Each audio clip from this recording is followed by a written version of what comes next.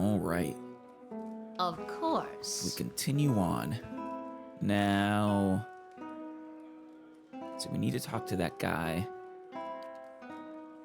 Yeah. We need to talk to Lord Herond, who's missing his daughter? Yeah, his daughter. But then also, we have, was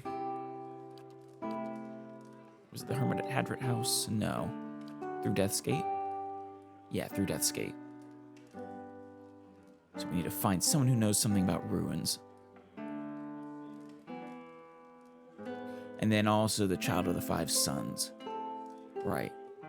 But we should probably get her back in our party before doing this one. We did sort of we kicked her out temporarily to try out the druid.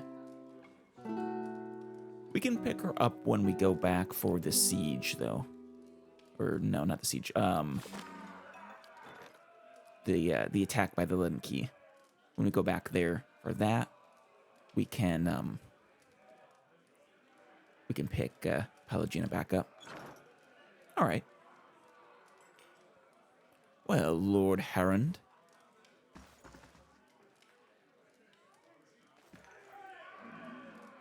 The man wears Edir-style robes, simple but elegant. His fine leather shoes look like they were made for padding around indoors. Yet they're caked with mud. He yanks at a lock of hair twined around his silk-gloved finger. His fine features are etched with anxiety. My child is out there. Do they not understand? I wonder about that. I fully get your urgency. My lord, we're doing everything we can. Unfortunately, these villagers... Beasts take them all. I don't care how you do it, but find her. Right. Do you suspect they've taken them? Why do you think they know something? Where did she go missing? Your child is missing, I take it. Yes, Lady Alice, my daughter. He tugs at the fingertips of his gloves. I've asked around, but nobody in this mud hole has any concerns beyond their swine. Turn my men away like beggars and seem downright pleased to be of no use. Interesting. You're not one of my soldiers, and you look like you're used to getting your hands dirty. Yeah, kinda. If you don't mind my saying so. Not in the way you seem to implying, but, you know, I can definitely help you find her. Granted, I don't think they're going to be very amenable to helping you if you're going to insult them to their faces. Drifter. His guard leans in. My lord, a simple vagabond. Harrond raises a hand to silence the man. If you find her, he nimbles the thumb of one silk glove. Tell her I won't be upset with her. She can come back and all will be well. I just want to make sure my Alice, my child, is safe. Nothing in the world is more important to me. So you actually suspect she ran away. Interesting. I'd like to ask a few questions about her if you don't mind. Alice. Elise. Of course. Sorry. Describe her, please. She's a striking young woman. Bears more resemblance to her mother than to me. She has auburn hair and delicate, well-bred features. She must be, 28 or 29 now. Oh, so she's been gone for a while. Tell me about her disappearance. We'd stopped in Dareford for a few days. On our fourth evening here, I was making plans to continue our journey. Lady Elise was feeling unwell and went to bed. When I retired a couple hours later, I found that she had vanished. None of my men had seen her go, and no one at the inn knew where she was. Since then, my people have been combing the village, but we've yet to find a clue, and the locals have been no help. Wait. So you don't know whether she left of her own volition or not. Also, kind of interesting, you aren't really aware of what her age is. It wasn't that long ago that she went missing. Well, actually, no, I get it. Hell, I forget my own age sometimes within a plus or minus a year. Why did you and Elise come to Dareford? It was merely a stop along the way to Aina's Rest. However, she took ill shortly before our arrival, so it seemed prudent to allow her a few days to recover. Of course, and what's in Aina's Rest? He frowns as if about to protest, but he gives in with a sigh. Lady Elise has reached an age where it is prudent for her to marry. Given this legacy business, I can't let her fertile years slip by, nor do I want her womb to fester in the presence of so many Hollowborn. That's a way to put it, I suppose? Uncomfortable, but okay. Nobility and all that, I guess. Seems there would be more potential suitors in New Haomar or New Yarma. You think I haven't considered that? Arranging a suitable match is difficult. The best prospects for my child lay in Aina's Rest. I don't know much about Aina's Rest, so I'll just take your word for it for now. Where's the rest of your family? Surely they wouldn't want to miss your daughter's betrothal. Lady Heron is ill. Is ill-suited for travel, I'm afraid. And unfortunately, Elise has few other close relatives. My sister and her husband, Elise's aunt and uncle, of course, have been visiting Edir these past months. He rubs his knuckles. And as for siblings, Elise has none. My wife has only given birth to Hollowborn, since Elise, that is. Interesting. It actually gives us a good rough time frame of the upper bound of how long ago the legacy started. Less than, say, 28 years ago. Makes sense, the people who worked on the Godhammer are still alive after all. Let's see, going back to your daughter. What about her?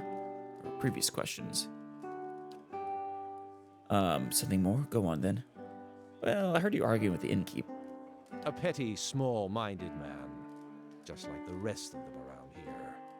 I've been paying him an honest fee for board and bed, and Sure. yet he can't be bothered to stir himself to concern for my Elise. Yeah, he actually kind of seemed angry. People from these backwater villages take offense for sport. You have to but show up with a full coin purse, and they'll hear insult in the jingle of your step. You literally... They forget that Duke Hadret came from the privileged classes, as did all of the other earls and lords who financed the rebellion they're so proud of. You did just call them backwater. I mean, even if it is true, I'm not going to fault them for taking insult.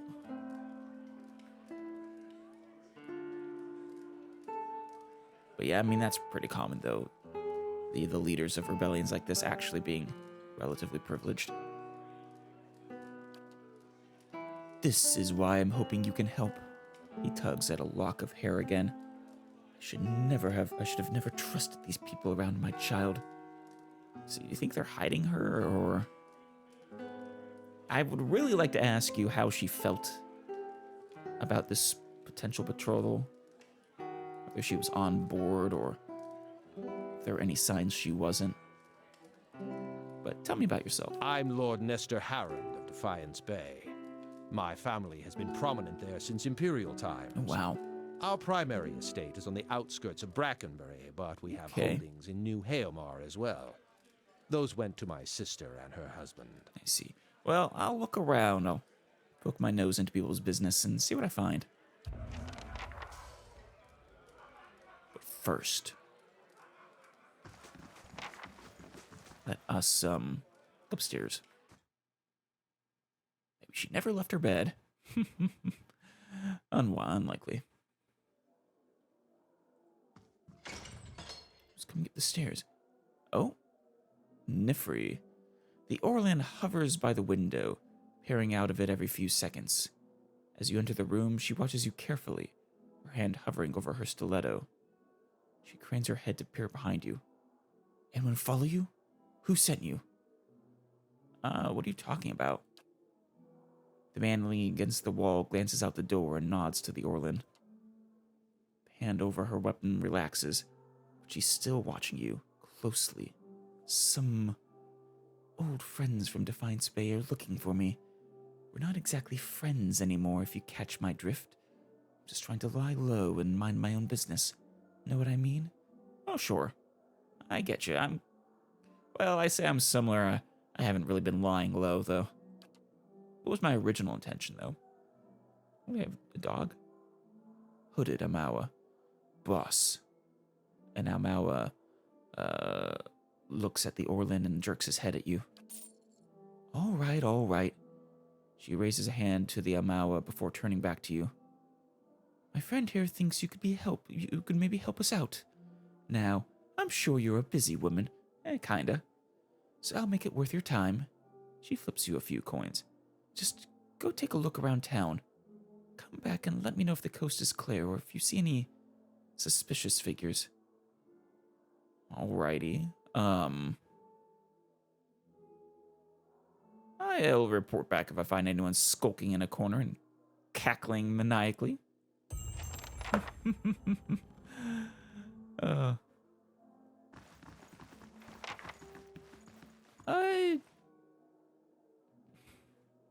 It's possible that she could maybe be the person he's looking for.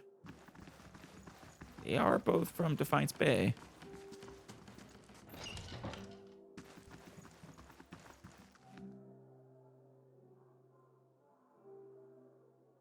I'll see it done. It's finished. Don't mind if I do. It's not sealing, right? I'll see it done. It's finished.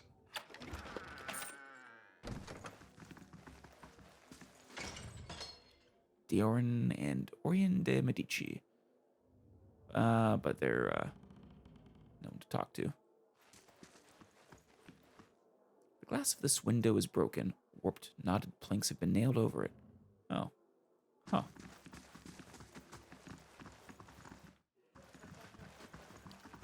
Just take a quick look in here, really. Call that good. Hello, Pace. It looks like I can talk to you. What are you doing in the kitchen? Dangler will get you sorted out with food and drink. Sure. Let's try talking to Dangler again. How do you do? Can you, tell me about Lord Heron's daughter? He frowns and shrugs. His lordship says she went up and went missing the other day. He wipes his tankard with his ragged towel, twisting with swift, jerking motions. I don't know any more than that. However, these lording bastards handle their affairs ain't no business of mine. You look agitated. Something about this doesn't sit right with you, does it? He slams the clean tankard down on the bar. Damn right it don't. The Lord saunters in here and like he's cut from cleaner cloth than the rest of us, and yet... He shakes his head. Look, I don't want no trouble from you or him or anybody else. I'm just waiting for him to tire of my ale and leave so things will get back to normal around here. I won't stand by and allow an innocent girl to come to harm. Help me find her. Yeah, if I suspect he is not on the up and up and that she desires to be missing, I will 100% side with her. Worry not.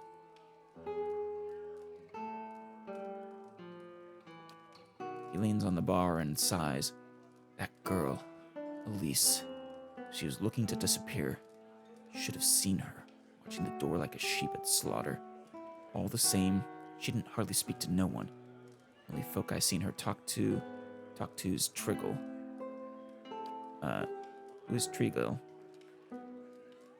He nods at the east window. His shop's by the broken tower. Bit of a hothead, that one. My advice is to let the matter drop. Like I say, don't profit to dig around in other people's business. I understand, Dangler. But let me talk about something else. Oh yeah, do you know anything about Ngwith and ruin nearby? What I know is it's best avoided. Don't serve to anger the Glenfathans by stomping around their sacred grounds. Very true. You gotta satisfy your curiosity. Talk to Badmar. He's in the temple to the northwest. Sure. And can you tell me about the village in general? Walk from one bridge to the next and you've seen it. We're quiet, hard-working folk. We keep to ourselves and don't take to being pushed around. He glares at the well-dressed man standing off to the side. Used to be a castle here, built by some family of Adaran Thanes back when the Empire first came. Only one tower still standing, and that's part of Triggle's shop now. Sid, that bard by the fire, could spin you the yarn if you're so inclined. I'll pass. Who lives in Dareford? Not many anymore. Hard to keep people around when everyone hears birthing Hollowborn. But we got a few who stick around and do business. Triggle's the leather courier. Hendina's crafts potions. Oh, and Winfrith trades in general goods. Rumbald's a pig farmer. Or was, anyway. Was? Something happened to Rumbald's pigs, I take it? Damn ogre carried them off. Now he squeals more than his herd ever did. He shrugs. It's rotten luck. Huh. Poor guy. And Winfrith? Been around even longer than I have. Nice enough fellow, but never could find his way to the end of a sentence. His shop's across the square. Ugh, those are the worst. And what's Hendina's story? Lady's a clever hand with potions and poultices. Got herself into trouble with a nest of worms, or so I hear. Her cart's on the east end of town. What about Triggle? He's a courier. Treats leather. Oh. Not a courier, but a carrier, like he carries leather. I take it. Treats leather and makes armor and a few other goods with it. Problem is, the smell of tallow and dare shit tends to put people off their food. And the shop's right next door. That sucks for you. But I suppose that is a good place for a noble to hide if they're trying to hide from other nobles. No way they're going in there. About that ogre. You don't hardly see him these days, this close. You don't hardly see him this close to town. Ogres and kith don't mix well. Ugly bastards, but they're smart enough to know that much. You want to know more? Talk to Rumbald. His farm's southwest of here. There's a lot to do here, it seems. You said you don't see as many travelers? Of course not. Why would they come here? You got bandits on the road and ogre in the forest. That yapping fool Rumbald will tell you. Worse yet, hasn't been a healthy child born here in over a year. Most kith that come here is just passing through. Just like me. Well, I'll see you around. All right. Uh-oh. Oh, right. Just letting me know I have 3 days. It takes how many hours to get back again?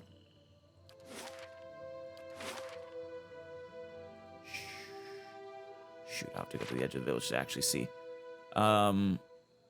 Certainly save.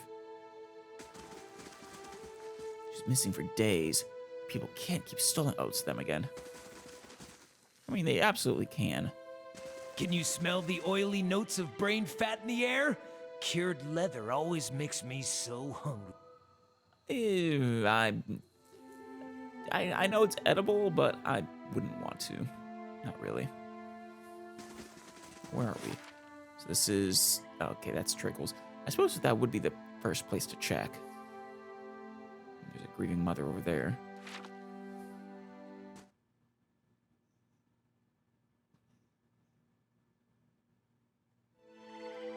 Can't find it anywhere. I never... We'll talk about this later. Get back to the dyes. Take care of our customer. Hello, Saban.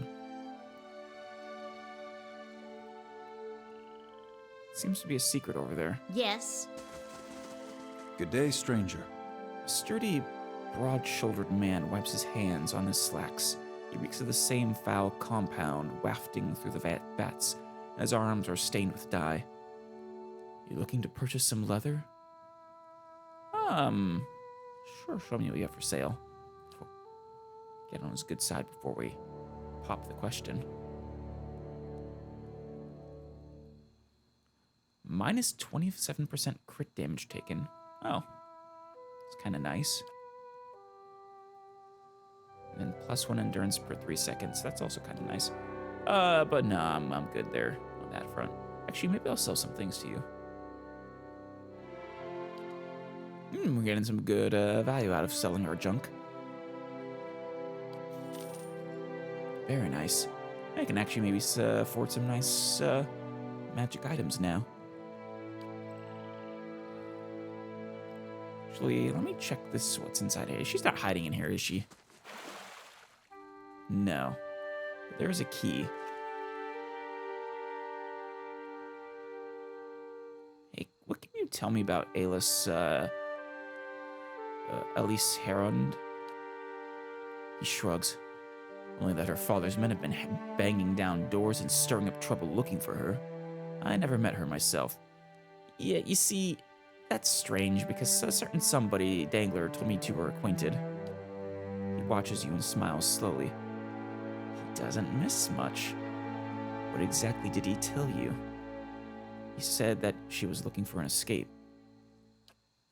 Her father's dragged her out here to get hitched to some backwoods noble. She wanted an escape, all right, and I was happy to give it to her. We snuck across the river a few nights ago for some private time. Come to find out, we weren't exactly alone. That's the kind of escape you're gonna give her? An ogre, taller than Winfrith's tails, sprung out of the forest, and we were so lost in the heat of the moment, we didn't notice it until it was upon us. I grabbed Elise and disappeared into the night before I could even pull my britches up. Huh. Yeah, I somehow doubt this is actually true. I mean, it's certainly possible, but I more imagine you're hiding her or helping her, waiting for her father to leave before she can go on her way.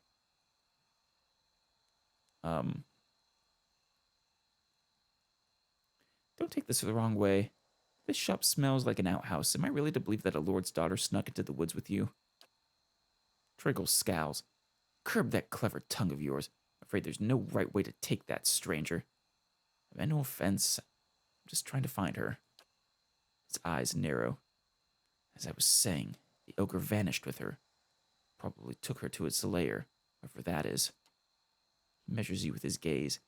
She could still be alive. I'm in no shape to go after her. That Herond looks like he'd have coppers to spare for anyone who found her. He scratches his cheek with fingers stained red and yellow. Others around here have seen the ogre east of town. Took most of Rumbald's pigs just the other day. If someone were to find it, there'd be a lot of grateful people in Dareford.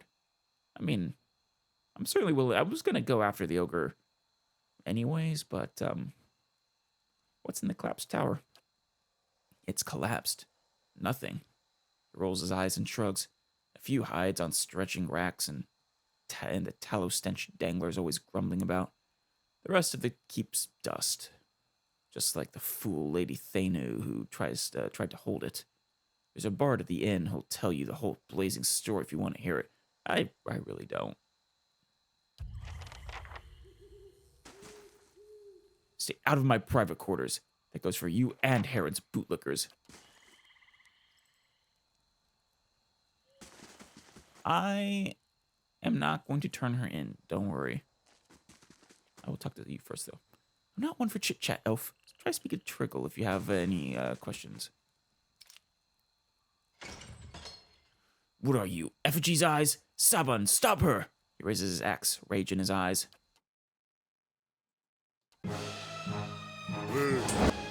Actually, what's in there? You cannot venture. Shoot.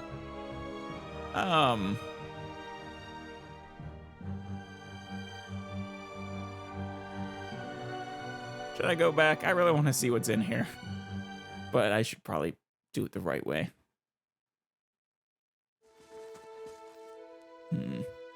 I'll go check out the ogre for you.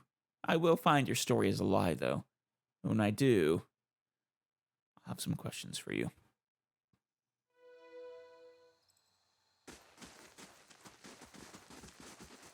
Potions for sale, potions and... Ow! Oh, okay. Well met, friend. A young woman leans against a wagon, one arm and one side of her face covered in bandages with raw, rippled flesh showing underneath. A minty, tangy sweat, or scent, wafts from her dressing. She smiles painfully. Just ventured into town. I'm about dry on some of my stocks. But you're welcome to have a look-see. Sure. She steps aside. Sure thing. The shelves of her cart contain jars, vials, and bundled paper packets. I'm actually good on that front. Hey, Hail, traveler. Do you know anything about the Ingwithan ruin nearby? Hard to throw a stone in the wilds without knocking over someone's sacred Adra pillars. Smart travelers avoid them. But if you really set on sightseeing, Baldmar could point you in the right direction. He keeps up the little temple on the northwest edge of town. Of course. You said your supplies are limited? What happened? It's the damn roads. Can't reach none of my suppliers, so I'm stuck with whatever I can scrounge up in the wood. Deercrap, river reed, and the like. Well, that's well and good, but most potions require something stronger too. Troll skin, vessel bone, and what have you. Then there's the really rare ingredients, things you'd never be able to afford, let alone find on your own. What did you find? And Hendina winces at as the rest of the story comes tumbling out of her. I've been keeping an eye on a drake's nest east of town, at Dareford's Crossing. The beast stayed just long enough to lay a clutch and moved on. Think the Sky Mother wasn't a full-grown dragon. Oh, you need worm eggs? She looks at her bandaged arm and grimaces. Oh, and that's how you got burned. Fresh eggs are much more useful than the ones that get passed between merchants or left in nests for weeks or more. And that clutch looked to be at its peak. Thought I'd see about getting an egg, but I didn't realize so many of them had already hatched, or that young worms were so territorial. I could maybe get one for you. She keeps her gaze steady, but you see hope kindling in her eyes and twitching in the corners of her mouth. I sure hope you're not leading me on. I don't think I could stand getting burned again. Well, I mean, different kind of burn, but she bites her lip. If you really mean to go after it, I'd certainly pay you. Just remember, big as they are, dragon eggs are fragile. There's a lot more I can do with a whole one. Sure. Tell me more about that dragon egg. It's in a nest is perched in a cliff on the east end of Dareford Crossing. That's out in the wilds, just east of here. I'm sure there are others elsewhere, but the one at Dareford's Crossing is just the age I need. Of course. If you head out that way, be careful. The place was crawling with worms when I went out there. I can't imagine they've gone anywhere else. Of course. And that's how you got burned, right? By the flame, how bad does it look? Just say it. I know you'll tell me straight. Looks like it hurts, that's for sure.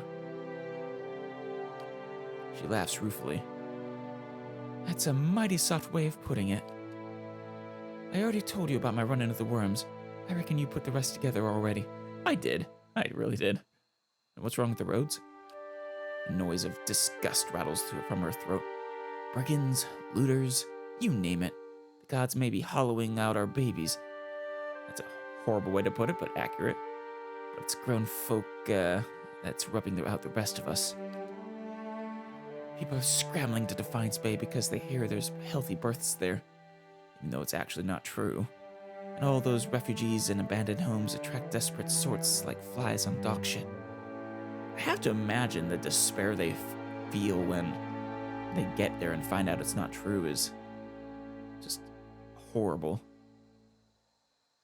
And do you know anything about the missing noblewoman? Oh, that lord's daughter. She was a new shade of green when I seen her the other morning. Chatting with Triggle, she was just outside a shop. What was wrong with her? She tugs at a bandage. No offense, but I hardly know you. I'm not one for gossip, and I certainly don't want to cause the poor girl any trouble.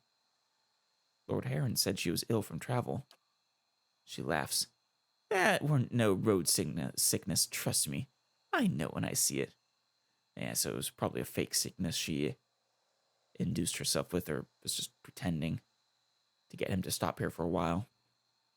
Thank you. How do you do? Maybe if I get her the dragon egg, she'll be All right, then. Well, more willing to help me. Should probably check out the armory too while we're at it. Where's the grieving mother? Oh, there she is. Oh, you have a portrait. Interesting. A grieving mother. This middle-aged peasant woman is dressed in a brown leather cloth draped down to her knees. Her hands are working at separating stringy, colorless vegetables in a pile before her, stripping the heads off the long, fibrous stems with a paring knife. She discards the stems one by one, placing the heads of the vegetables into a small cradle-like basket in front of her. She doesn't greet you as you approach. You're not sure she even knows you're there. Excuse me? The woman doesn't respond. She keeps stripping the heads from the vegetables with a steady rhythm. She may be deaf. There's no indication she heard you. We'll study her. At first glance, she seems nothing more than a middle-aged woman, unremarkable, maybe less stern than most, who seems more focused on the weaving in her lap than her surroundings. Yet you suddenly notice she's not stripping the vegetables before her any longer. She's weaving, and the vegetable pots are now missing.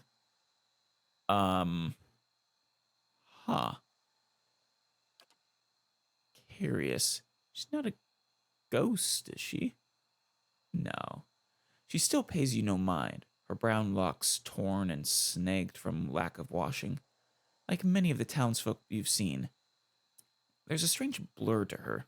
Even the motions of her hands seem to be playing with the threads that lack color, in a shape that lacks interest. Actually, maybe she is. Maybe that she's half-minded, or deaf, but something feels wrong. As you watch her, her knitting takes on an odd cadence.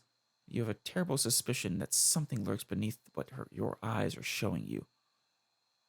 Let's focus on her. Her brown hair is long, almost impossibly to the length of her hands. As you follow the streams of her locks downward, the hair has become long and black, splitting off into threads of black and silver, and wrapping around her hands. She is forming a soul cradle with the threads.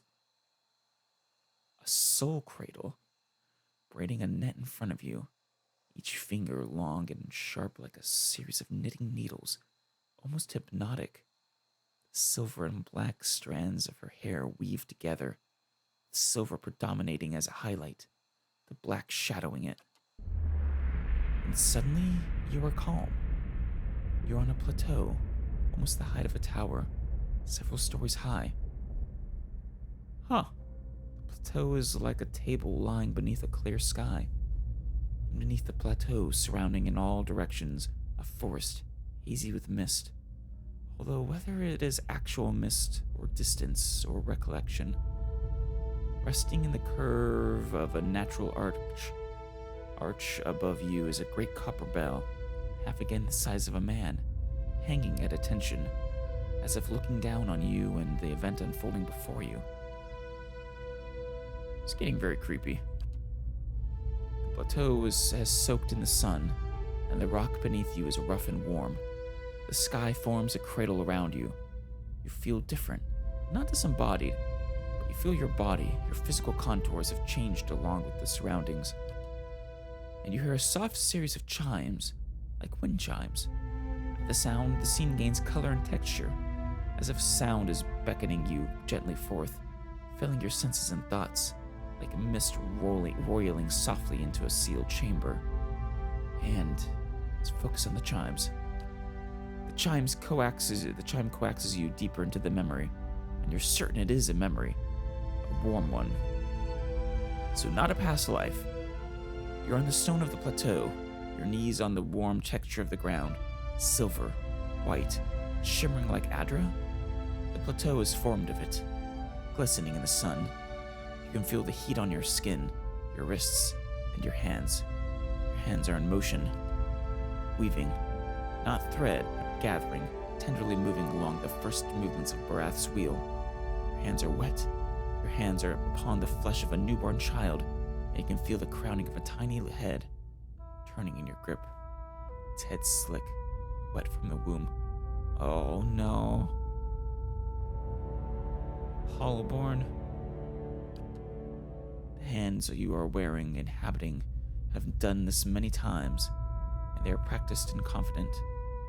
You can feel distant pains in your own head as the head emerges. A stream of fluid from the womb helping the newborn slide forth, and a woman's labored breathing, crying out, "Oh wait, are we in the memory of a midwife?" Focus on the child, the movement of your hands. As your hands move, you hear the sound of chimes, clear, cutting through the haze of the memory. You cannot see where they are coming from, but they are close, and they are meant as a comfort. Of that you are certain. Draw the child forth, and coaxed by your hands, every movement causing the chimes to sound again. Almost eagerly, the child comes forth, and as it does, your hands are in motion, weaving, moving along the length of a soft, wet rope. No, an umbilical cord from the legs of the naked woman before you.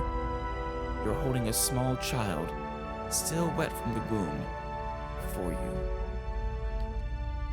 The child cries out. Its cry is full of life, full of soul. Oh, it's not Hollowborn. The ringing of chimes echoing in its thoughts, filling it with its welcome. The soul is blurred at the edges, as if you are viewing a soul from within a soul. But it is there. It is alive. The woman before you is weeping, and at her first cry, her hands reach out for it. Surrender the child. You surrender the child to her, something you have done many times before. And as your hands move, the chimes echo the movement. You realize the chimes are hanging from cords on your wrists, and where once they echoed in the memory, they are now echoing in the child's mind as well.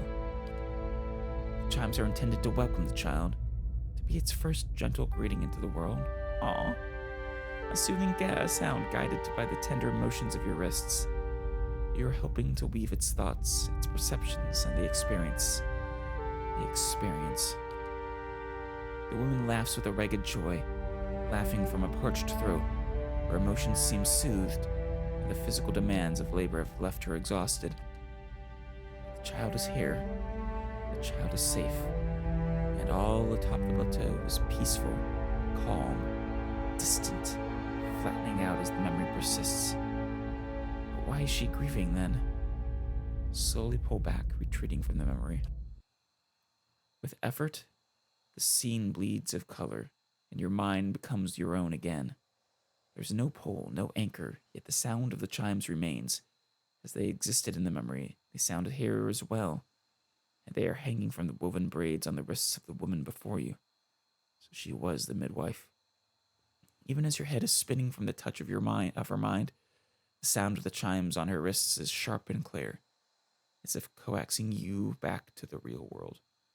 Perhaps her own child was Hollowborn. The woman still sits before you, but she's nothing like what you first saw. She is wearing black, shredded garments that drape over her over her form like streamers. Her hair is streaks of black and run through with silver, so she's old now. Her age is almost impossible to tell. She simply feels old, like a crumbled watchtower. As she lifts her head to face you, you see that her hair is draped across the front of her face like a veil. Oh, I'm so sorry. What you first saw of her was a mental glamour of some sort, unconscious. And you realize that what you see is not what the world sees. You are perhaps the first to see her true self. Still, you don't sense a threat in the realization. If anything, you feel a sense of relief from the figure. You can hear her thoughts, She's glad at last to be seen. Aw. Who are you? I am seen, but the eyes of others do not remember. You were the first to see me as I am, the call stripped aside. Oh? There is a light touch on your mind, a caress, and her left hand mirrors the motion of the touch, reaching up to the air between you. You hear the chime on her wrist sound softly. Her hand moves as if pantomiming, resting on your cheek at a distance, and she speaks softly and slowly. I wonder if maybe she's our first recruitable cipher. Your memories. A cadence of wheels on a caravan track. Fever. Questions by running water. Violence in a night's campfire. Arrows in the dark. And fleeing. Falling rock and cracking stone. And a storm. The storm. Yeah, you're definitely, something relating to the soul. The storm that brushed you. Did its screaming wake you from your mind's cradle? Your memory of it is painful. Its cry is difficult to ignore. It's like a child. Many children crying out. Yeah, the Biowak. And it did do something to me. Though it was, I'm not sure it was the Biowak that really did something to me so much as what, Theos, I think his name was, did to me. Her hand withdraws shyly, the chime sounding softly once again. The woman stands uncertainly, as if she has been sitting for some time, or is too weak to bear her own weight. You notice her cheekbones are tight, her face gaunt. Yet while her stance is weak, she seems determined to stand before you. You are able to see me. It's almost a question. You suddenly realize she doesn't seem to know what you saw when you looked at her, the image on the plateau. Yet the image was so clear, so sharp, you're surprised she didn't feel you there. To see me is a rare gift. A watcher's gift. Yeah. Felt like a pathway between our minds, but strange, gentle. Kind of wonder what the other requirement is. So many questions, thoughts whirling like storm winds. That storm still roars through you, deep beneath your thoughts, yet muted and secret, like an underground river. I cannot tell if it is carving new channels or eroding what keeps your true strength buried. I suppose only time will tell, though. It's very risky to let time tell. We're trying to prevent that. The fact that you could hear it at all, survive it, is something few have ever done.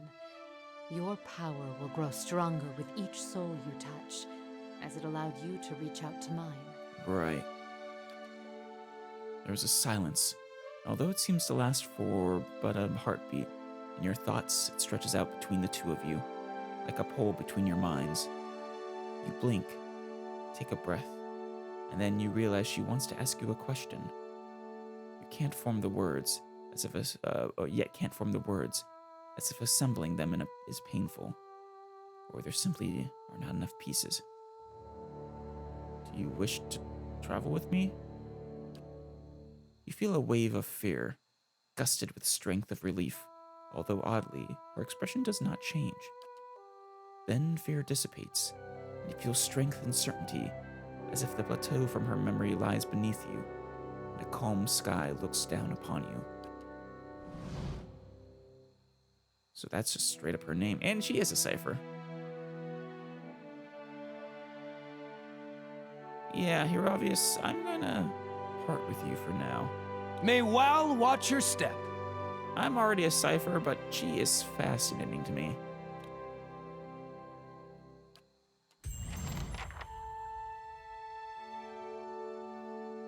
All right. We have a second Cypher in Well? our group. I focused her mostly on the damaging stuff, since Gwyneth here has more of a focus on a lot of the crowd control stuff, and debuffing. Oh, I like the chimes. See what she's holding.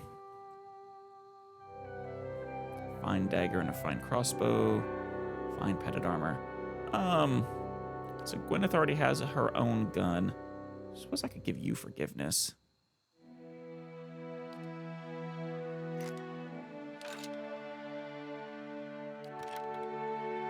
As for the weapon, probably best to go for the ranged as well. No, her health is actually quite a bit better. She's got I imagine she didn't dump all of her constitution. So yeah, let me check what her stats are.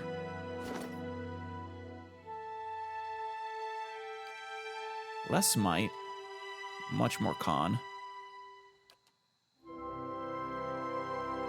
More dex. Lower perception.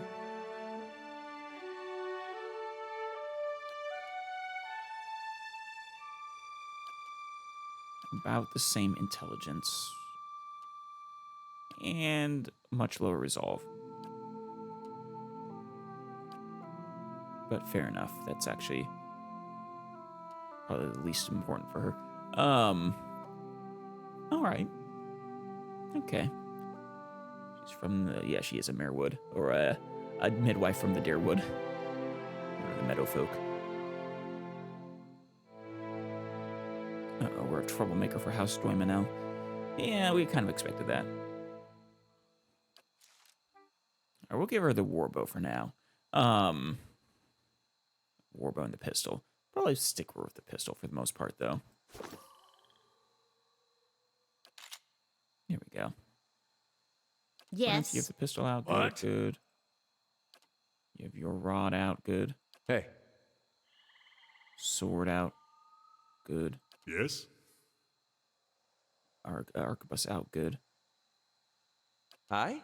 And your rod out. Good. Wonderful. What is it? Well, we have a Of new course. party member who seems very interesting to me. I wouldn't mind traveling with her a bunch.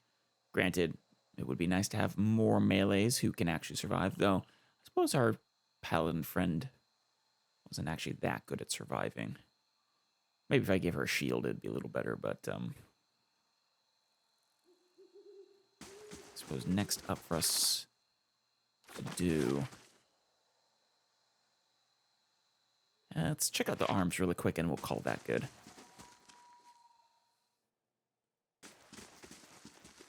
Hey there, Winfrith and Reveil Laren. Who are you? Oh, I didn't notice it was gold. Greetings. Winfrith. A portly, smiling man stands behind a warped wooden counter, polishing a buckler.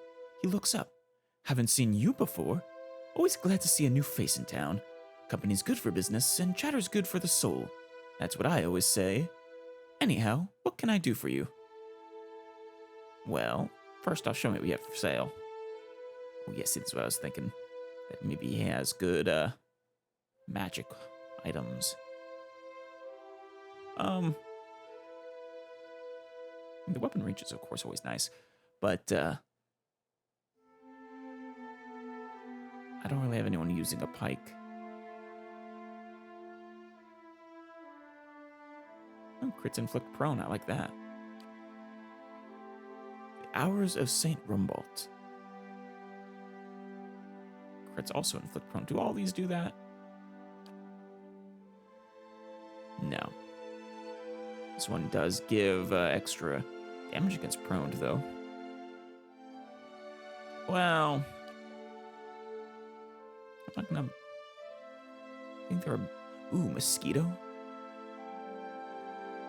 I was gonna say, I think there are better, Oh, nice. Restores endurance. -5 concentration. I really need to get Eder here probably a sword or a weapon that restores endurance if he doesn't already have one. Angios Gambison. Angios. Let's compare that to this one. Less damage reduction, same recovery speed. This one though is fine. This one's exceptional. This one gives athletics, this one gives survival. And then this one actually grants deleterious alacrity of motion. That's actually kind of nice. All in all, though, I'm happy enough with the Jack of Wide Waters. Certainly not worth spending the money on this one. Maybe I could give it to old Grieving Mother here, but no.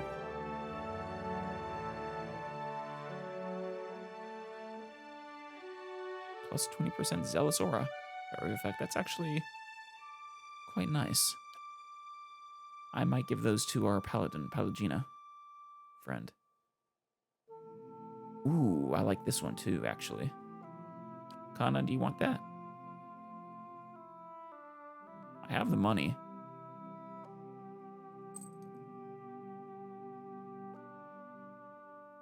Not sure if I have hammers and chisels and pry bars in any abundance, but I'll take some just in case.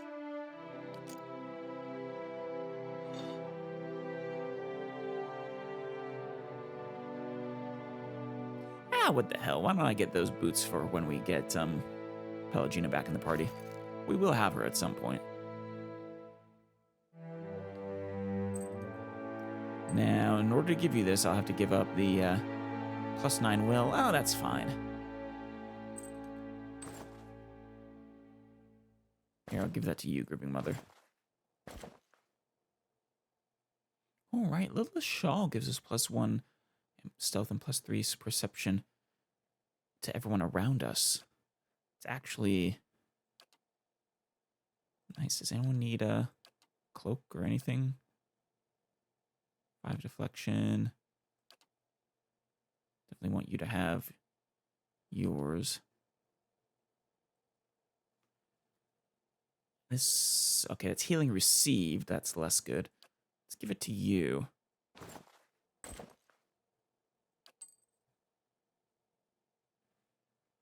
Blends in with your robes. All right. Gods keep And you. I'm looking for Elise. That lord's got you asking around too, eh? at least you ask politely enough. Bad enough having a small army move into town, but then they start throwing their weight around and telling you your business. He shakes his head and clucks. That's the problem with these lords. They think their money and their family's name entitled them to some kind of special treatment. They expect everyone to fawn over them the way their servants do. No, sir. That's not the kind of people we are. Not in the Darewood. We broke away from Eder to get away from that kind of nonsense. They think... Yeah, I get you. I can certainly understand why you feel that way. But at the moment, I'm looking for his daughter. Of course. I was just getting to her. He clears his throat. I haven't seen her. Not since she went missing, anyway. She mostly kept to herself. He shrugs and wipes at the buckler again. But you know how women are. Always carrying on, full of palaver once any two of you get together. Perfectly harmless, mind you. I'm not criticizing. Just feels like you never run out of things to say. That girl seemed rather quiet. Downright shy, if I do say so. But even Hendina got her talking. Just goes to show you. Hendina? An alchemist. Runs a small stand near the center of town. Talented lady. But she had a run-in with some worms not long ago. She's lucky it wasn't the ogre that's been roaming about. Took all of Rumbald's pigs the other day. Did you hear? I did. But don't get him started. He's still sore about the subject. And once you get him wound up about that ogre and his pigs, he just won't stop talking. See, what's been going on in Deerwood? Oh, we're a quiet little town. Not much happens here. Especially not since the legacy hit. People realized they couldn't have babies and just stopped trying altogether. Now that does surprise me. I mean, yes, that's one reason for those kinds of relations, but it's hardly the only. And that takes a lot of the excitement out of the day-to-day, if you can believe it. Oh, thank you for your help. And the items. I appreciate them. But I suppose I'll be off to see that ogre next time.